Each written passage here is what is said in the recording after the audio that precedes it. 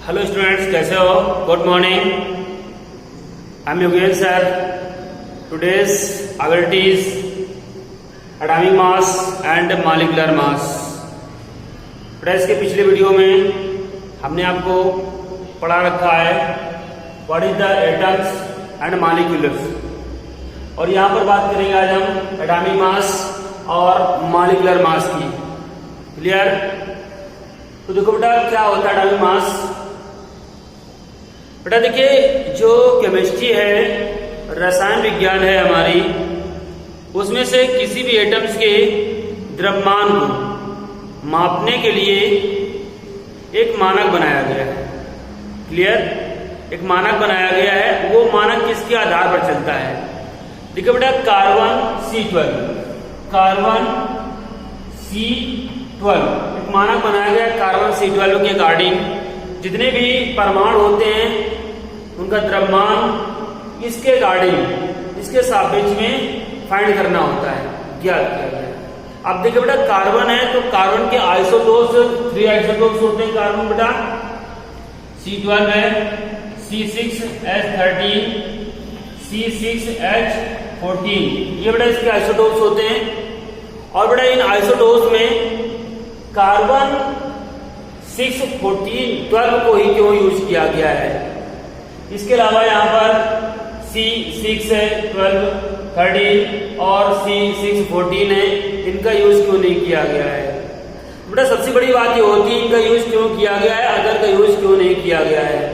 देखिए बेटा, ये मॉलिक्यूल्स है आपका कार्बन का आइसोटोप्स है, ये नेचर 98.99%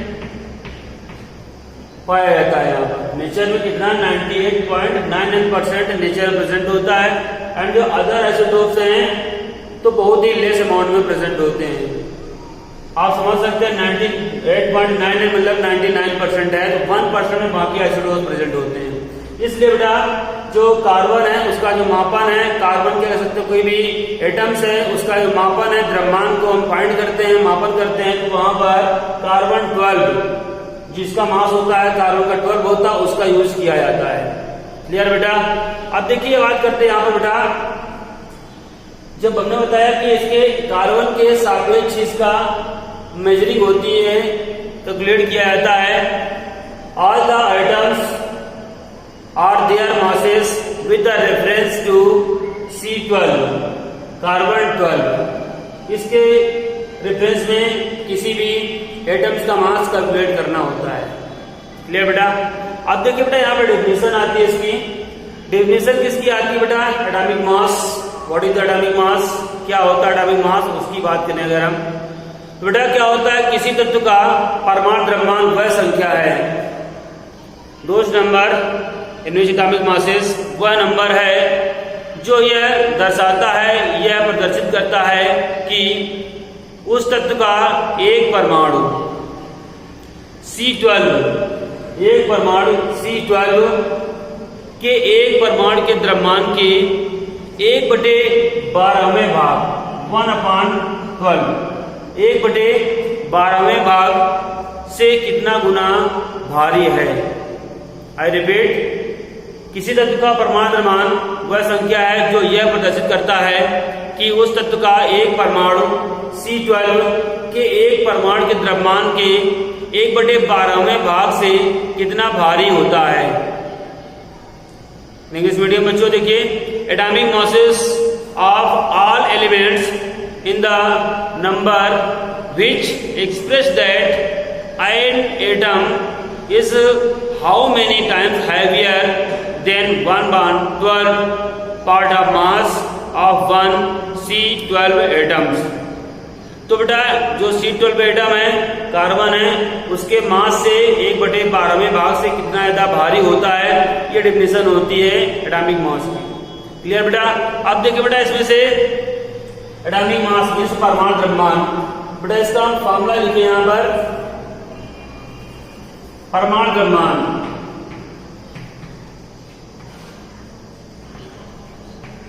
बेटा परमाणु द्रव्यमान क्या होता है, इसके अकॉर्डिंग तो फॉर्मूला देखें तो तत्व के एक परमाणु का द्रव्यमान, तत्व के एक परमाणु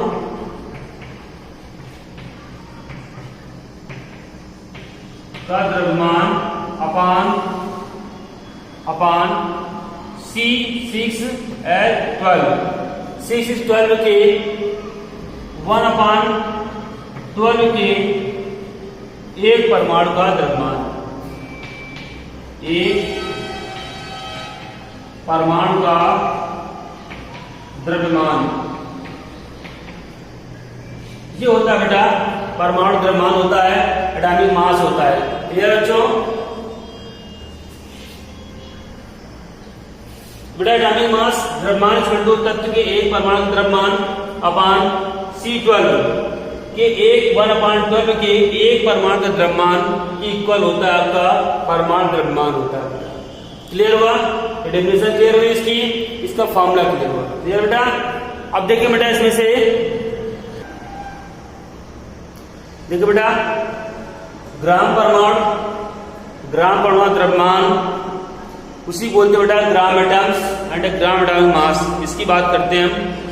तो बेटा अभी डेफिनेशन पढ़ लिया आपने परमाणु द्रव्यमान की, और परमाणु द्रव्यमान के डेफिनेशन के बाद में ग्राम परमाणु क्या होता है इसकी बात करते हैं।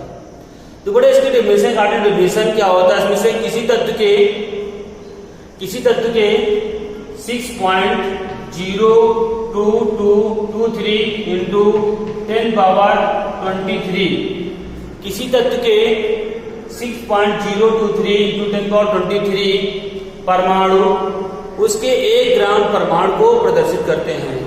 बड़ा डेफिनेशन कह सकते हैं किसी तत्व के 6.023 इंटू 10⁻23 परमाणु उसके 1 ग्राम परमाणु को प्रदर्शित करते हैं। तो बेटा हम कह सकते हैं 1 ग्राम परमाणु एटम, 1 ग्राम परमाणु 1 ग्राम एटम इक्वल टू बेटा होते ही वैल्यू इसकी 6.023 इंटू 10⁻23।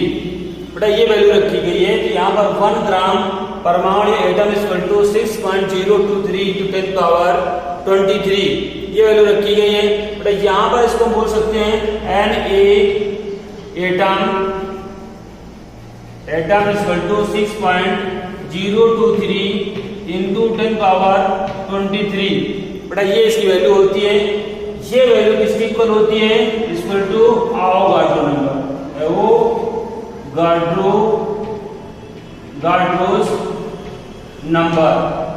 बेटा यहां पर ये भी हम कह सकते हैं Na atoms equal to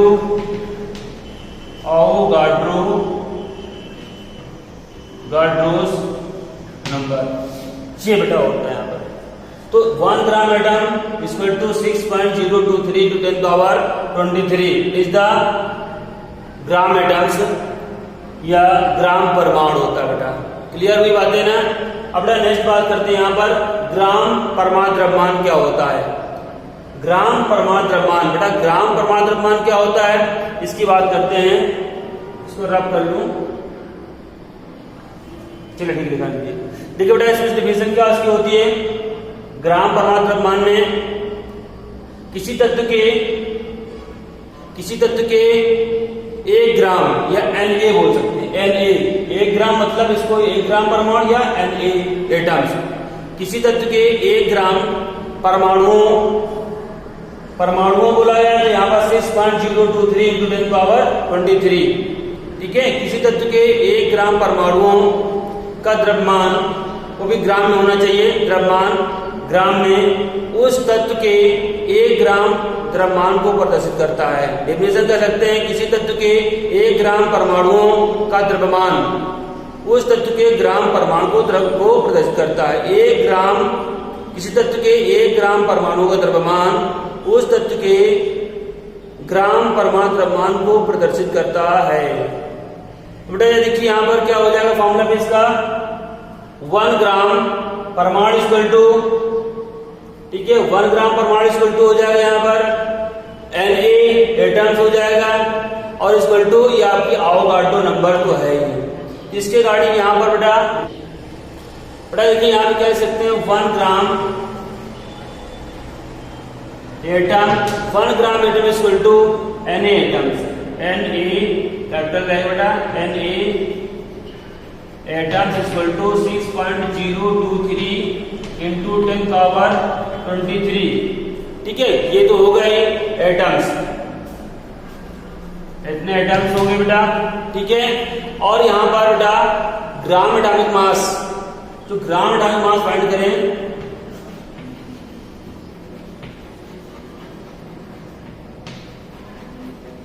gram atomic मास गाड़ी देखिए बेटा, तो मास ऑफ Na एटम वो भी किसमें बेटा होगा, ग्राम।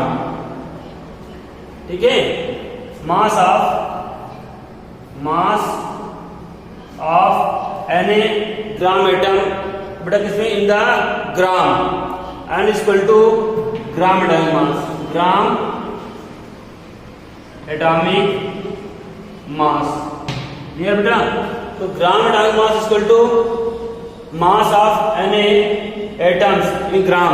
तो mass of Na atom in grams का मतलब हो जाएगा mass of Na atom in grams, जितना मास ऑफ Na एटम्स होता है 6.023 into 10⁻23 एटम्स इन द ग्राम। अगर ग्राम में है इस कॉल्ड द ग्राम एटॉमिक मास या ग्राम परमाणु द्रव्यमान।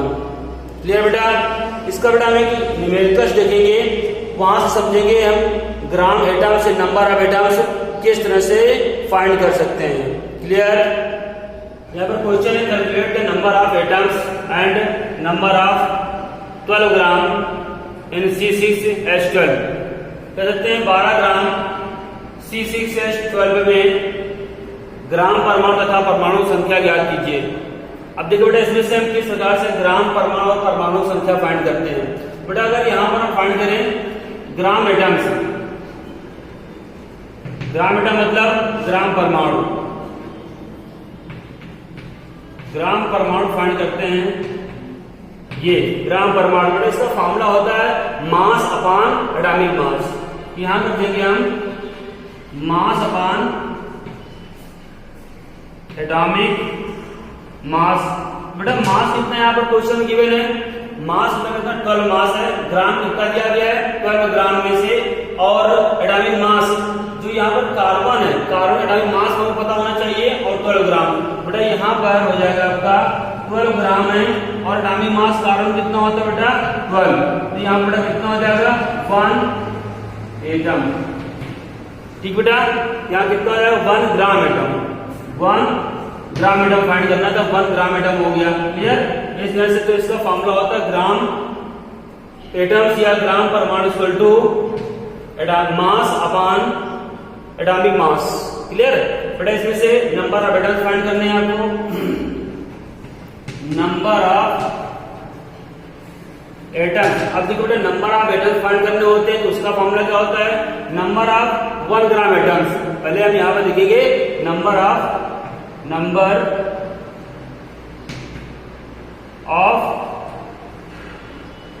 1 gram, number of gram atoms equal to Avogadro number 6.023 into 10 power 23, ये होती है वैल्यू। तो यहाँ पर नंबर ऑफ ग्राम एटम्स कितना आया हुआ है, number of gram atoms 1 into Avogadro number 6.023 into 10 power 23। बेटा इसका आंसर कितना हो जाएगा 6.023 into 10 पावर 23। बेटा इसका ये आंसर होता है।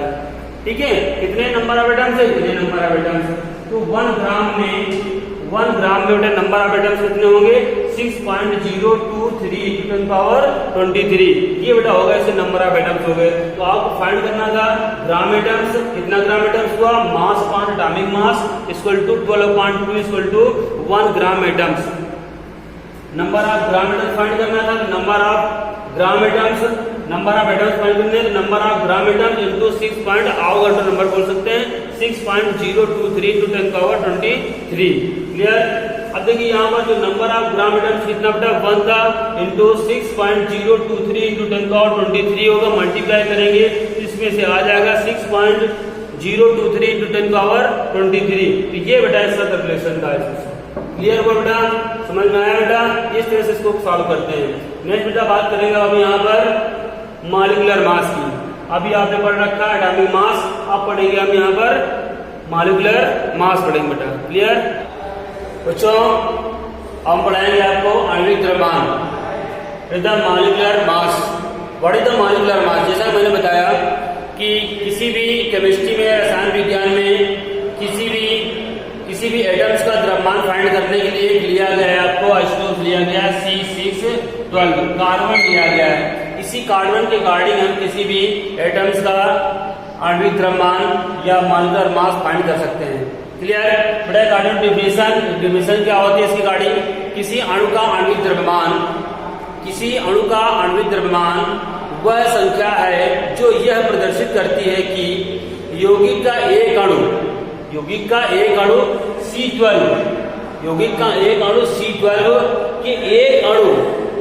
C12 के एक परमाणु के 1/12वें भाग से कितने गुना अधिक है, कितने गुना भारी है। डिवीजन बेटा रिपीट, किसी परमाणु का आणविक द्रव्यमान वह संख्या है जो यह प्रदर्शित करती है कि यौगिक का एक अणु कार्बन 12 के एक परमाणु के 1/12वें भाग से कितना गुना भारी है। यह प्रदर्शित करता है किसका? आणविक द्रव्यमान को। इसे आणविक द्रव्यमान कहते हैं। ठीक बेटा? इन इंग्लिश मीडियम बच्चों देखें, one molecule is how many time heavier than 1/12 of mass of the one carbon atoms. It is called the molecular mass या आणविक द्रव्यमान। अब बेटा देखिए, इसमें से इसका जो फॉर्मूला होगा मॉलिक्यूलर मास, बेटा फॉर्मूला मॉलिक्यूलर मास का अकॉर्डिंग चलते हैं। अगर यहाँ पर होता है तो जाता है यौगिक के एक अणु का द्रव्यमान। ठीक है? यौगिक के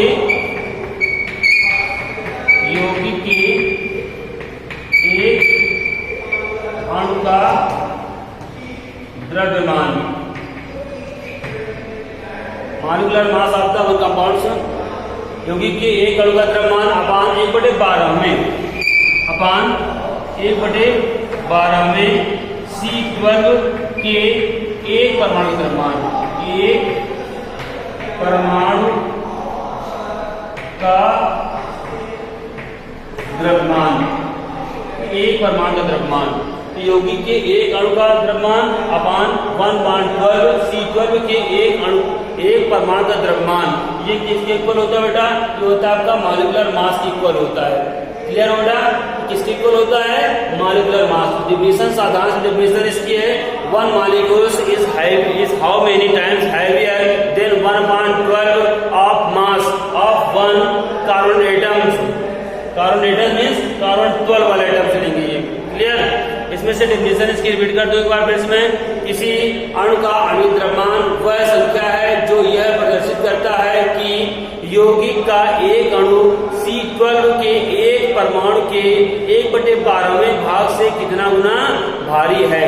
ये इसकी डिफिनेशन बेटा होती है। क्लियर? ये इसका फॉर्मूला होता है। अब बेटा हमको फाइंड करना है इसमें से ग्राम आणविक द्रव्यमान।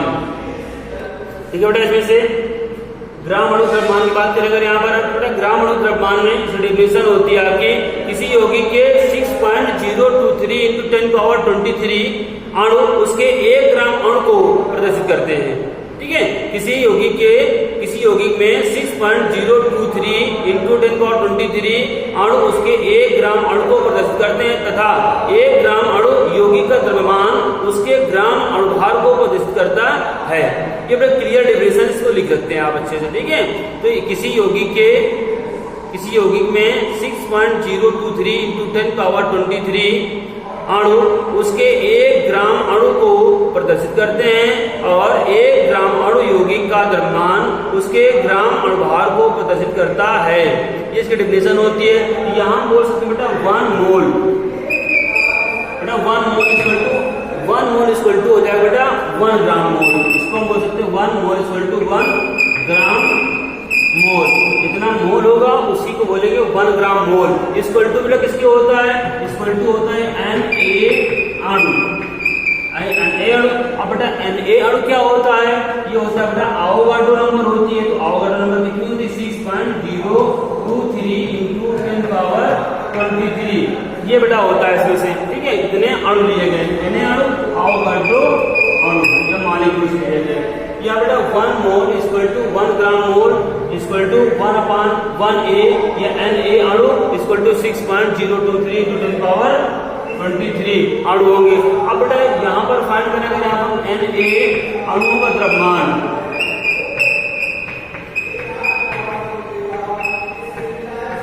अणुओं का बड़ा द्रव्यमान देखिए यहाँ पर, तो ग्राम आणविक द्रव्यमान ये किसके इक्वल होता है, ग्राम